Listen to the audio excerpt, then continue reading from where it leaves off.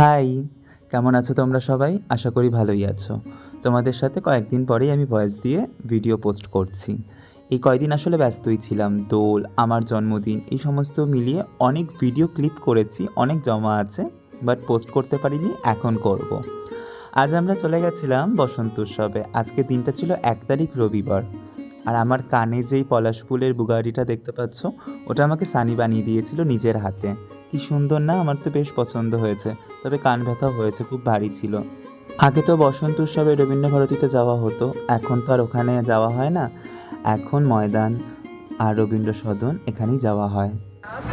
দোলে ঘাসে ঘাসে মৌমাছি ফিরে যাচ্ছি ফুলের দক্ষিণা, পাখায় বাজায় তার ভিখারি রবিনা। যাও যাও এবার যাওয়ার আগে রাঙিয়ে দিয়ে যাও, যাও যাও এবার যাওয়ার আগে তোমার আপন রাগে, তোমার গোপন রাগে, তোমার আপন রাগের অরুণ রাগে, অশ্রু জলের করুণ রাগে।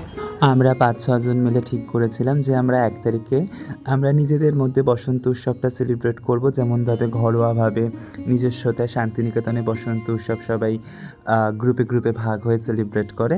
আমরাও ঠিক সেরকমভাবে কলকাতার বুকে সেলিব্রেট করব আমাদের মতন করে।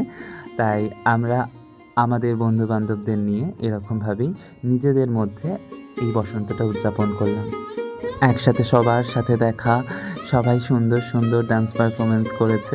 মানে অ্যাকচুয়ালি কী বলো তো, এখানে তো কেউ কারো দোষ গুণ বিচার করছে না, আর এখানে কেউ প্রস্তুতি নিয়েও আসেনি যে এরকম ডান্স হবে, এরকম ডান্স হবে। সবাই মন থেকে নেচেছে, মন থেকে আনন্দ করেছে, আর আমরা তো ভীষণ সুন্দরভাবে সন্ধ্যাটা কাটিয়েছি। সব বন্ধুদের সাথে তো সব সময় দেখা হয় না। এই কিছু কিছু স্পেশাল উৎসবগুলো আছে যেগুলোতে সবাই একসাথে হই, সবার সাথে সবার দেখা হয়, ডাক খোঁজ, কেমন আছো না আছো, এত কিছু মিলিয়ে সেই দিনের সন্ধ্যাটা আমার না ভীষণ ভালো কেটেছে। তোমাদের সাথে দোলের আরও অনেক ভিডিও পোস্ট করব। আজকে এই পর্যন্ত, বাড়ি চলে এসেছি। তোমাদের সাথে আবার পরে কথা হবে। আজ আসি।